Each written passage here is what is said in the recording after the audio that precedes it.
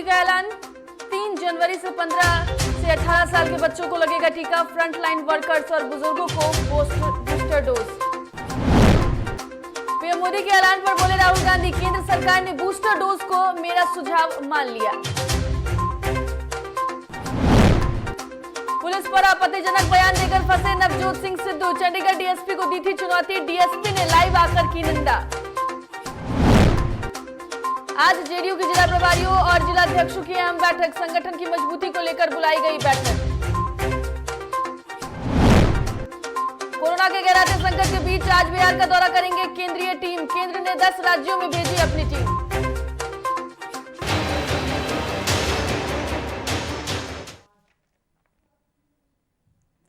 नमस्कार, डीटीवी भारत में आपका स्वागत है। मैं हूं पूजा वर्मा और अब खबरें विस्तार से। चलिए, लेकिन सबसे पहले एक बड़ी खबर सामने आ रही है। बड़ी खबर का रुख कर लेंगे। बड़ी खबर इस वक्त की मुजफ्फरपुर से सामने आ रही है। मुजफ्फरपुर में बेला इंडस्ट्रियल एरिया में धमाका हुआ है। तो इस वक्त की बड़ी खबर आपको बता रहे हैं, जहां मुजफ्फरपुर बेला इंडस्ट्रियल एरिया में धमाका हुआ है। फैक्ट्री के बॉयलर ब्लास्ट होने से ये धमाका हुआ है। इस वक्त की बड़ी खबर मुजफ्फरपुर से आपको बता रहे हैं। आसपास के इलाके में अफरा तफरी का माहौल। बड़ी खबर इस वक्त की, मौके पर पहुंचे प्रशासन, डॉक्टर और रेस्क्यू टीम। तो बड़ी खबर इस वक्त की आपको मुजफ्फरपुर से बता रहे हैं, जहां कई लोगों की घायल होने की सूचना है, सूत्रों ने बताया है। हालांकि आधिकारिक पुष्टि इसकी अभी नहीं हुई है। तो बड़ी खबर इस वक्त की आपको बता रहे हैं। दरअसल मुजफ्फरपुर में बेला औद्योगिक क्षेत्र में एक फैक्ट्री के बॉयलर फटने से जबरदस्त धमाका हुआ है। तो बॉयलर फटने से ये जबरदस्त धमाका हुआ है, जिसके बाद आसपास के इलाके में अफरा तफरी का माहौल बन गया है। वहीं सूचना के बाद मौके पर पहुंची कई दमकल की गाड़ियों ने आग पर काबू पाया है। हालांकि इस घटना में कई लोग हताहत हुए हैं। हालांकि अभी तक आधिकारिक पुष्टि नहीं हुई है। और इस खबर पर अधिक जानकारी के लिए हमारे संवाददाता रुपेश मुजफ्फरपुर से हमारे साथ फोन लाइन पर जुड़ गए हैं। रुपेश, मुजफ्फरपुर में इंडस्ट्रियल एरिया में यह बड़ा धमाका हुआ है और फिलहाल क्या कुछ स्थिति बनी हुई है? बिल्कुल पूजा, ये अभी कुछ देर पहले की घटना है। बेला इंडस्ट्रियल एरिया के फैक्ट्री में बॉयलर ब्लास्ट हो गया, जिसके बाद ऐसा माना जा रहा था कि लगभग 2 किलोमीटर एरिया तक आवाज गूंजा और स्थानीय लोगों की मौके जहाँ घटनास्थल से काफी ज्यादा भीड़ जुट गई। वहीं सूचना के बाद जिला प्रशासन में हड़कंप मचने लगा। मौके पे कई दमकल की गाड़ियां पहुंची और आग पे काबू, बड़ी मशक्कत के बाद आग पे काबू पाया गया।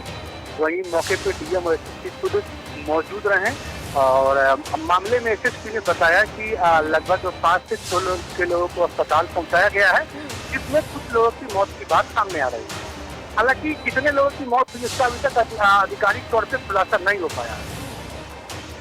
रुपेश, आपसे एक छोटा सा सवाल ये भी है कि जो लोग घायल हुए हैं उनकी स्थिति कैसी है? फिलहाल तो उनका इलाज चल रहा है, लेकिन स्थिति कैसी है? जो भी लोग घायल उसमें लगभग 2-3 लोग हैं जिनकी काफी गंभीर बनी हुई है। वो सबको एसकेएमसीएच अस्पताल में इलाज के लिए भेज दिया गया।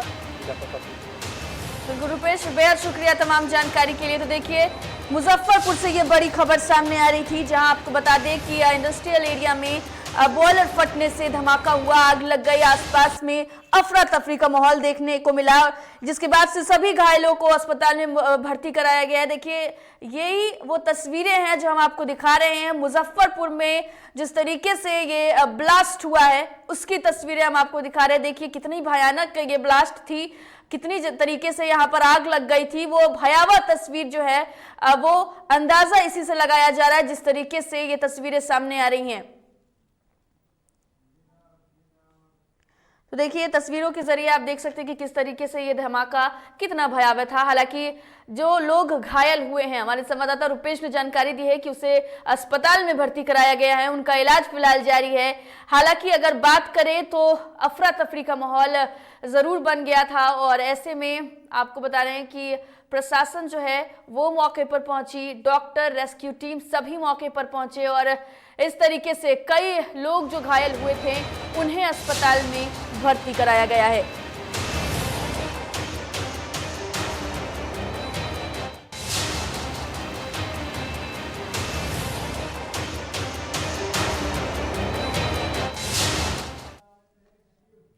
आज पीएम मोदी ने अपने 84वें मन की बात के जरिए कैप्टन वरुण सिंह को याद किया। जी हाँ, कैप्टन वरुण सिंह, याद होगा आपको जिस तरीके से प्लेन हादसा हुआ था हैदराबाद में और उसी प्लेन हादसे में इनका निधन हो गया था। दरअसल पीएम मोदी ने आज अपने मन के बात में उनका जिक्र करते हुए कहा कि ग्रुप कैप्टन वरुण सिंह ने लिखा था कि अगर वो एक भी छात्र को प्रेरणा दे सके तो ये बहुत होगा, लेकिन आज मैं कहना चाहूंगा कि उन्होंने पूरे देश को प्रेरित किया है। दरअसल कैप्टन वरुण ने एक पत्र लिखा था और उनके पत्र में उन्होंने कई सारी बातों का जिक्र किया था। आज पीएम मोदी ने कहा कि उनका पत्र भले ही केवल छात्रों से बात करता हो, लेकिन उन्होंने हमारे पूरे समाज को संदेश दिया है। साथियों, औसत से असाधारण बनने का उन्होंने जो मंत्र दिया है वो भी उतना ही महत्वपूर्ण है। तो आज प्रधानमंत्री मोदी ने इस तरीके से मन की बात में उनका जिक्र किया।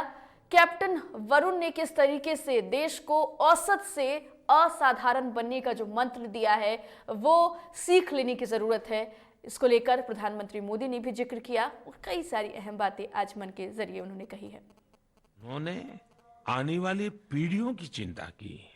ग्रुप कैप्टन वरुण सिंह का, वरुण सिंह उस हेलीकॉप्टर को उड़ा रहे थे जो इस महीने तमिलनाडु में हादसे का शिकार हो गया। उस हादसे में हमने देश के पहले सीडीएस जनरल बिपिन रावत और उनकी पत्नी समेत कई वीरों को खो दिया। वरुण सिंह भी मौत से कई दिन तक जाबाजी से लड़े, लेकिन फिर वो भी हमें छोड़कर चले गए। वरुण जब अस्पताल में थे उस समय मैंने सोशल मीडिया पर कुछ ऐसा देखा जो मेरे हृदय को छू गया। इस साल अगस्त में ही उन्हें शौर्य चक्र दिया गया था। इस सम्मान के बाद उन्होंने अपने स्कूल के प्रिंसिपल को एक चिट्ठी लिखी थी। इस चिट्ठी को पढ़कर मेरे मन में पहला विचार यही आया कि सफलता के शीर्ष पर पहुंचकर भी वे जड़ों को सींचना नहीं भूले। दूसरा कि जब उनके पास सेलिब्रेट करने का समय था तो उन्होंने आने वाली पीढ़ियों की चिंता की। और इस पे अधिक बातचीत करने के लिए हमारी सहयोगी एकता हमारे साथ लाइव जुड़ गई हैं। एकता, प्रधानमंत्री नरेंद्र मोदी ने आज मन की बात में कैप्टन वरुण को याद किया, उनके शहादत को याद किया और उन्होंने एक अहम बात जो कही वो ये कि औसत से असाधारण बनने का मंत्र कैप्टन ने दिया है। जी पूजा, बिल्कुल जिस तरीके से मन की बात में प्रधानमंत्री मोदी ने हमारे जो इस साल की कह सकते हैं कि सबसे बड़ी क्षति तमिलनाडु में कुन्नूर में वायुसेना की MI-17 जिस तरीके से क्रैश की थी और हमने हमारे देश के CDS बिपिन रावत, उनकी पत्नी और साथ में कई जवानों को जिस तरीके से हमने खो दिया था, वो एक कह सकते हैं इस साल की बहुत बड़ी क्षति थी।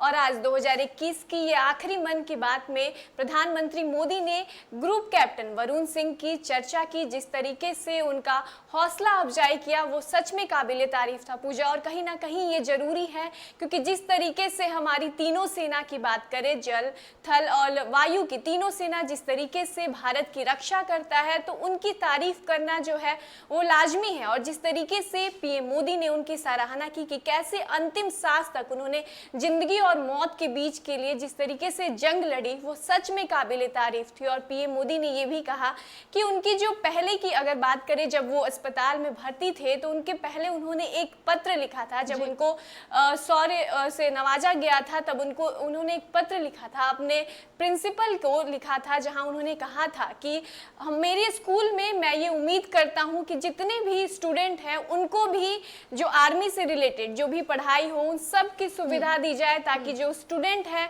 वो भी इस फील्ड में आगे जा सके और उन्हें किसी भी चीज की कमी ना लगे इस स्कूल में कि मुझे वो चीज नहीं मिल रहा है, क्योंकि देश की सेवा करना एक बहुत बड़ी चीज होती है। और जिस तरीके से वरुण सिंह ने इसका जिक्र किया था वो सच में काबिले तारीफ था। उन्होंने ऐसा कहा कि ऐसा नहीं है कि अगर आप स्कूल में कमजोर हैं इसका मतलब उसी टाइम से आप ये निर्धारित कर ले कि आप आगे अपने जीवन में कुछ नहीं कर सकते। ये सोच बिल्कुल गलत है, क्योंकि 12वीं और 10वीं की अंक जो है आपके भविष्य को निर्धारित नहीं करती है, बल्कि आगे आप किस तरीके से मेहनत करते हैं ये निर्भर करता है आपके भविष्य पर। जरूरी नहीं है कि अगर आपके मार्क्स अच्छे नहीं आए तो आप अपने सोच ले कि आप एक ब्राइट स्टूडेंट नहीं हैं। उन्होंने कई सारे जो है स्टूडेंट्स के हौसला अफजाई किया था कि अगर आपको कुछ करना है। एकता, प्रधानमंत्री मोदी ने आज मन की बात में कैप्टन वरुण को याद किया है, लेकिन वो हादसा भी हम नहीं भूले। जब ये हादसा हुआ था, आपने भी कहा कि देश को एक बड़ी क्षति हुई थी, लेकिन देखिए मूल मंत्र यही है कि किस तरीके से असाधारण से साधारण बनना है, और यही प्रधानमंत्री मोदी ने भी कह दिया है कि कैसे असाधारण से साधारण बनना है, साधारण से असाधारण बनना है। तो ऐसे में एक बड़ी सीख हम कह सकते हैं कि प्रधानमंत्री नरेंद्र मोदी ने हमें सीखने को बोली है। बिल्कुल बिल्कुल पूजा, ये बहुत बड़ी सीख है, क्योंकि असाधारण से साधारण बनना बहुत ही मुश्किल का काम होता है। और जिस तरीके से कह सकते हैं भारत को एक बड़ी क्षति मिली है, हमने अपने देश के CDS विपिन रावत को खो दिया, साथ ही कई जवानों को इस क्रैश में खो दिया। हमें पूरा उम्मीद थी कि हम अपने जो ग्रुप कैप्टन हैं उनको बचा सकेंगे, लेकिन अंत में उन्होंने भी अपनी सांस तोड़ दी, और ये बहुत बड़ी क्षति जो है भारत के इस इतिहास में। बिल्कुल, ये बहुत बड़ी क्षति हुई है। जिस तरीके से ये हादसा हुआ, हमने कई सारे वीर जवानों को खो दिया, और इस कह सकते हैं कि ये बहुत बड़ी क्षति हमारी सेना को है। बहुत शुक्रिया एकता हमसे बातचीत के लिए। और आज मन की बात में प्रधानमंत्री नरेंद्र मोदी ने औसत से असाधारण बनने का मंत्र दिया, और मन की बात के जरिए उन्होंने कई सारी अहम बातें भी की। प्रधानमंत्री नरेंद्र मोदी ने राष्ट्र के नाम संबोधन में ऐलान किया कि 3 जनवरी से 15 साल से 18 साल के आयु वर्ग के बच्चों को वैक्सीन दी जाएगी।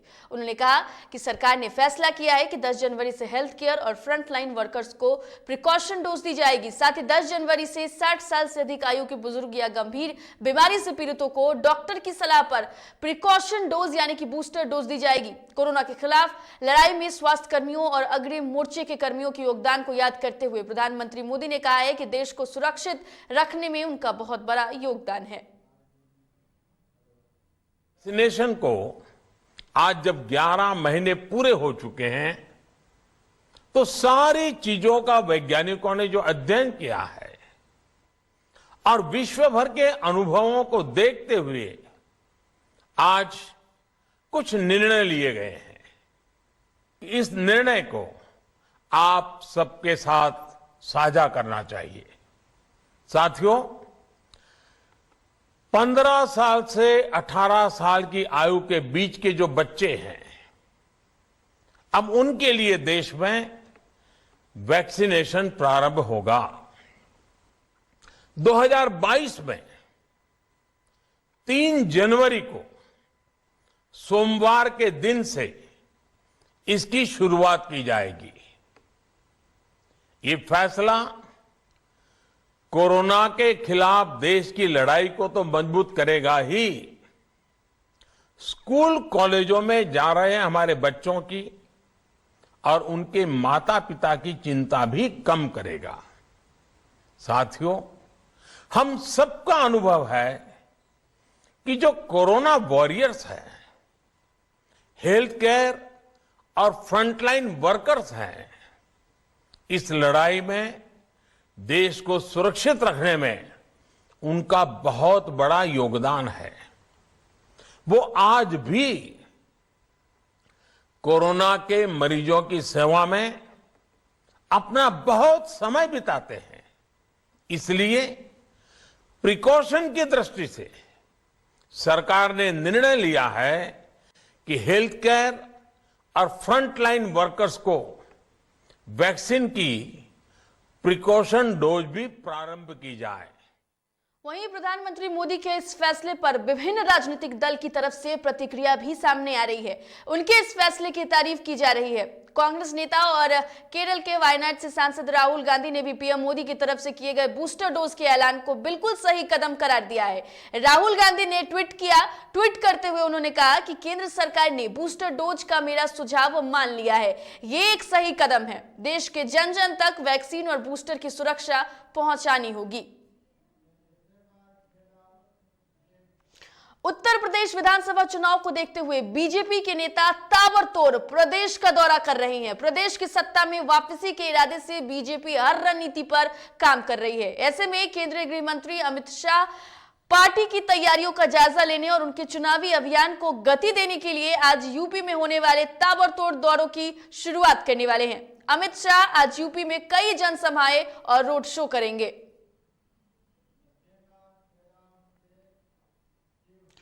पुलिस पर आपत्तिजनक बयान देकर नवजोत सिंह सिद्धू फंसते नजर आ रहे हैं। दरअसल सिद्धू ने अपने बयान पर पुलिस पर आपत्तिजनक टिप्पणी की थी। दरअसल उन्होंने चंडीगढ़ डीएसपी को चुनौती दे दी थी।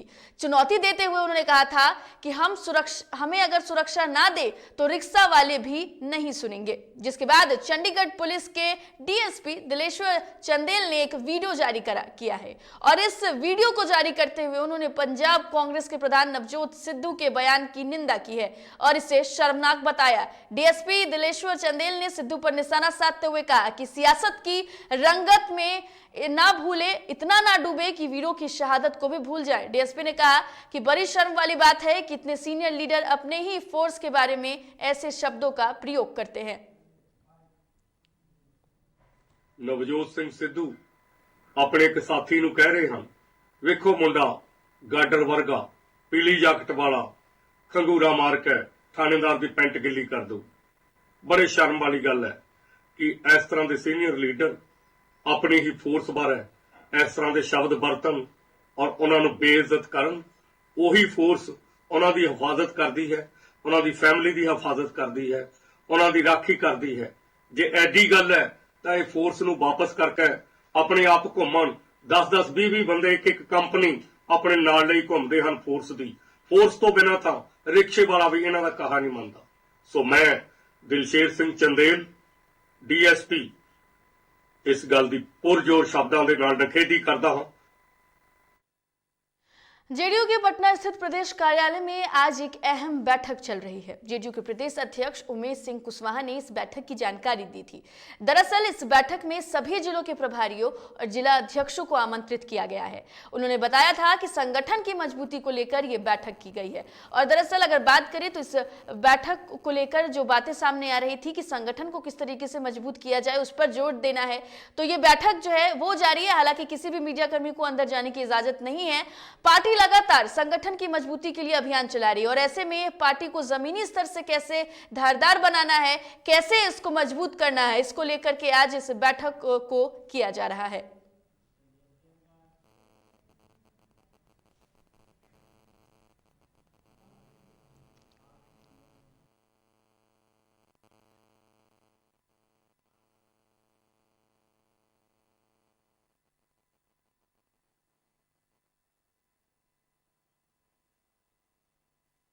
जिला प्रभारियों और जिला अध्यक्षों की जो बैठक है वो की जा रही है और आपको बता दें कि इस बैठक में पार्टी को किस तरीके से मजबूत करना है इसको लेकर के बातचीत भी चल रही है।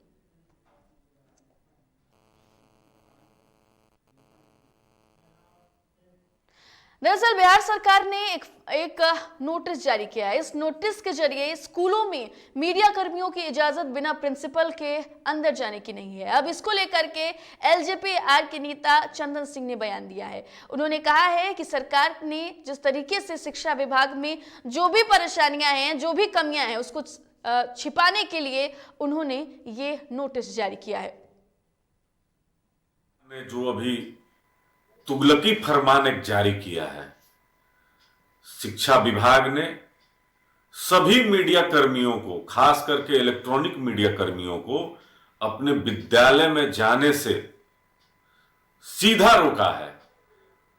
इसका मुख्य कारण है कि बिहार सरकार शिक्षा में जिस तरीके से फिसड्डी है, नीति आयोग में आपने देखा होगा, तो राज्य सरकार को अब यह घबराहट है कि कहीं इलेक्ट्रॉनिक चैनल किसी स्कूल में जाकर और वहां की बदहाल शिक्षा व्यवस्था है उसको देश भर में बिहार को शर्मसार करने वाला हो सकता है, बिहार की वर्तमान सरकार को शर्मसार करने वाला हो सकता है।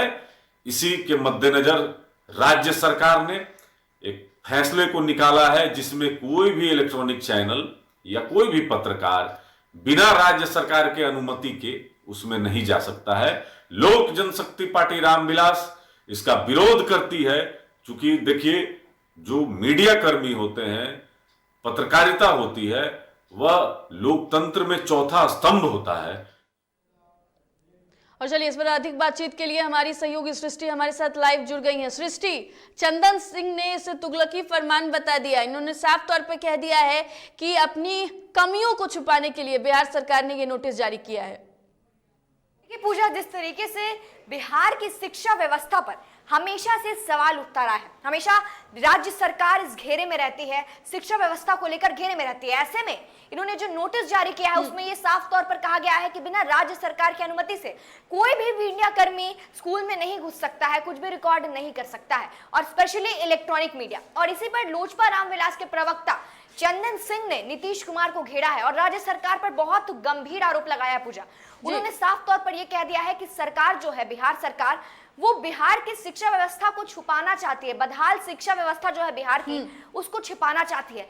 इसलिए उन्होंने ये नोटिस जारी किया है और साथ साथ उन्होंने नीतीश कुमार पर भी एक गंभीर आरोप लगाया। उन्होंने साफ तौर पर कह दिया है कि नीतीश कुमार ये नहीं चाहते हैं कि बिहार के युवा आगे बढ़े और उनकी शिक्षा जो है वो आगे बढ़े। नीतीश कुमार चाहते हैं कि वो यहाँ से पलायन कर जाए, मुंबई चले जाए, गुजरात चले जाए। ऐसा साफ तौर पर चंदन सिंह ने कहा है अपने बयान में और घेरा है और कहा है कि बिहार की शिक्षा व्यवस्था कितनी बदहाल है, इससे सब वाकिफ है। और इसी पर क्या कहना है सृष्टि, एक सवाल ये भी है कि अगर बिहार की स्वास्थ्य व्यवस्था की बात करें तो देखिए छात्र लगातार सड़कों पर रहते हैं और कई ऐसे आरोप सरकार पर लगते भी रहे हैं। अगर बात कर ले तो जिस तरीके से कभी बहाली को लेकर के घेरे में रहती है बिहार सरकार, कभी पढ़ाई को लेकर के, कभी जब अगर बात करें रिजल्ट सामने आता है तो उसमें नाम किसी और का और अंक किसी और का, तो घिरते तो रहती है। लेकिन अब सवाल ये भी उठ रहा है कि अगर सरकार ऐसा क्यों चाहती है, क्यों मीडिया ना जाए स्कूल में, क्यों वहां की स्थितियों को सामने ना रखे? मंशा पर सवाल यहां उठ रहे हैं सृष्टि। देखिए पूजा, बिल्कुल सवाल तो ऐसे में उठ रहा है कि सरकार ऐसा क्यों कर रही है, क्योंकि बिहार की शिक्षा व्यवस्था कैसी है इससे सच में सब वाकिफ है। हमेशा आए दिन ये दिखते रहता है जब कोई भी सड़क पर स्टूडेंट है, स्टूडेंट शिक्षक भी प्रोटेस्ट करते हैं। पूजा, कई चीजों को लेकर प्रोटेस्ट करते हैं, कभी अपनी मांग को लेकर प्रोटेस्ट करते हैं, अपने एक तरीके से कह सकते हैं सैलरी को लेकर प्रोटेस्ट करते हैं। तो सवाल उठ रहा है कि बिहार की शिक्षा व्यवस्था जिस तरीके से बदहाल है उसमें इस तरीके का नोटिस लाना, तो यही सवाल उठ रहा है। तो क्या नीतीश कुमार चाहते हैं कि छुपाया जाए बिहार की बदहाल शिक्षा, मीडिया ना दिखा पाए सबके सामने? बिल्कुल सृष्टि, बेहद शुक्रिया हमसे बातचीत करने के लिए। तो देखिए सवाल सचमुच यहाँ पर उठ रहा है। सरकार ने जो ये आदेश जारी किया है, सरकार ने जो ये बातें कही हैं कि मीडिया की एंट्री पर रोक लगा दी गई है स्कूल में, तो ऐसे में सवाल उठती है कि क्या सरकार अपनी कुव्यवस्था को छिपाने की कोशिश कर रही है? तो बिहार सरकार के नोटिस पर लोजपा प्रवक्ता भड़कते हुए नजर आए। उन्होंने कहा है कि लोजपा रामविलास ने बिहार सरकार की मंशा पर सवाल उठाया है। अमूमन सामाजिक और सांस्कृतिक मंच से परहेज करने वाले भागलपुर सांसद अजय मंडल एक कार्यक्रम में शिरकत किए, जहां वो भागलपुर की जिला स्कूल पहुंचे तो वहीं इस दौरान मौजूद लोगों ने जेडीयू सांसद को घेर लिया और उनके द्वारा किए गए विकास कार्यों को लेकर सवाल खड़े कर दिए। लेकिन सवाल का जवाब सुन वहां मौजूद लोग भी सोच में पड़ गए। दरअसल अजय मंडल ने कहा कि हमने भागलपुर को अब तक 30,000 करोड़ की योजना दी है, जो कि पूर्व सांसद और पूर्व मुख्यमंत्री स्वर्गीय भागवत झा ने आजादी के बाद किसी भी सांसद के द्वारा किया गया सबसे ज्यादा कार्य है। के बाद मेरे रीजन में ही भागलपुर को 30,000 करोड़ का फंड ला करके दिए हैं। ऐसा कोई बीच में सांसद नहीं किया है। अपने कौन उल्टा करके दिखा रहा है? पूछना आप क्या क्या चाहिए? ट्रिपल आईटी मैंने आपको दिया, स्मार्ट हॉस्पिटल दिया, 4 लाइन रोड दिया, 4 लाइन पुल दिया, बीरपुर बिहपुर रोड दिया, हसडिया टू भागलपुर 4 लाइन रोड बना रहा हूँ। एरोप्लेन, अरे एक चीज नहीं हुआ, 1000 चीज में एक चीज कम रह गया। तो पूरा दिया ना, और से तिरुपति का रोड 1000 करोड़ रुपया आ चुका है, वो काम स्टार्ट हो रहा है। सुपौल में वर्तमान समय में किसानों की परेशानी बढ़ गई है। दरअसल खाद नहीं मिलने के कारण किसान परेशान हैं और किसानों की समस्या को लेकर डीटीवी भारत संवाददाता राजेश चौधरी ने बिहार सरकार के मंत्री नीरज सिंह बबलू से खास बातचीत की। करने के लिए मौजूद है बिहार सरकार के माननीय मंत्री नीरज कुमार सिंह बबलू। सर से जानेंगे, सर किसानों को लगातार खाद की किल्लत से परेशानियों का सामना करना पड़ रहा है, किसान परेशान हो रहे हैं, आए दिन धरना प्रदर्शन रोड जाम की नौबत आती रहती है, इस पे क्या कुछ कहेंगे? किसानों का ये समस्या कब तक रहेगा? किसानों का जो समस्या है, हम समझते हैं कि ये भी समस्या जो पूर्व की सरकार रही है, कुशासन की सरकार जिसको हम लोग बोलते हैं, उसी की वजह से है। अगर वो इंडस्ट्री हमारा बरौनी वाला अगर आरजेडी के शासन में बंद नहीं हुआ होता तो आज ये दिन नहीं आता। तो हमारी सरकार लगी हुई है कि यहाँ पर इंडस्ट्री भी लगे। अभी हम लोग को दूसरे देशों से भी खाद मंगाना पड़ता है, तो मुझे लगता है कि बहुत जल्दी ये समस्या का समाधान हो जाएगा। लगातार हम लोग बात करते रहे जिला पदाधिकारी से कि कहीं कमी ना हो। तो खाद आ रहा है, थोड़ा सा कठिनाई हुआ है, थोड़ा सा विलम्ब हुआ है, लेकिन ऐसा नहीं कि नहीं मिल रहा है, मिल रहा है। थोड़ी कठिनाई से मिल रही, तो उस पर हम लोग लगातार लगे हुए हैं कि कठिनाई दूर हो जाए, जल्द से जल्द किसानों को खाद मिल जाए। राष्ट्रीय जनता दल की ओर से भागलपुर स्टेशन चौक पर यूरिया खाद की कालाबाजारी होने के सवाल पर मुख्यमंत्री नीतीश कुमार के खिलाफ सभा का आयोजन किया गया, जिसका नेतृत्व पार्टी की जिला अध्यक्ष चंद्रशेखर यादव ने किया। सभा को संबोधित करते हुए राष्ट्रीय जनता दल प्रदेश महासचिव डॉक्टर चक्रपाणी हिमांशु ने कहा है कि यूरिया खाद की कालाबाजारी जिला कृषि पदाधिकारी, प्रखंड कृषि पदाधिकारी और व्यवसायी की मिलीभगत से किया जा रहा है। माननीय मुख्यमंत्री श्री नीतीश कुमार के जन विरोधी पर आज सभा है। सभा इस सवाल पर है, किसानों का सवाल है। किसान आत्महत्या कर रहे हैं। आज यूरिया खाद जिसका दाम 266 रुपया है वो 380 रुपया में मिल रहा है। लेकिन यहाँ के जिला प्रशासन के साथी पदाधिकारी के लोग और राज्य के माननीय मुख्यमंत्री प्रत्येक दिन बयान दे देते हैं यूरिया खाद हर जगह काफी पर्याप्त मात्रा में उपलब्ध है। तो हम लोग पूछना चाहते हैं आखिर रोड जाम क्यों होता है? वहीं कटिहार में खाद की किल्लत से किसानों की परेशानी बढ़ गई है। ऐसे में कृषि मंत्री अमरेंद्र प्रताप शाही का कांग्रेस कार्यकर्ताओं ने शहीद चौक पर पुतला दहन किया और इस दौरान कांग्रेस किसान सेल से जुड़े नेताओं ने कहा कि सरकार किसानों के नाम पर केवल राजनीति करती है।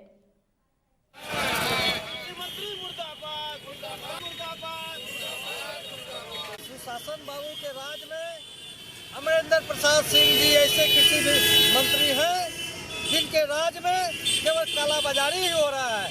आज किसान त्राहिमाम है।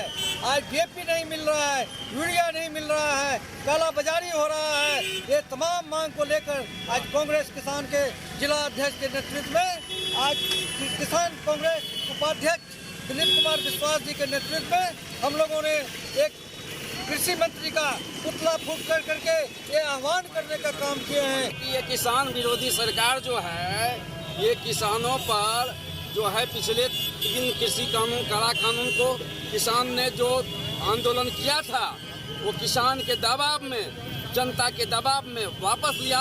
लेकिन लगता है ये सरकार अपना कृषि विरोधी, किसान विरोधी रवैया को नहीं छोड़ेगी। अभी पूरे बिहार में ये आलम है कि डीएपी और यूरिया की परेशानी है, इसकी कालाबाजारी लोग कर रहे हैं। फिलहाल इस बुलेटिन में इतना ही। देश दुनिया की तमाम खबरों के लिए देखते रहिए DTV भारत। मुझे दीजिए इजाजत। नमस्कार।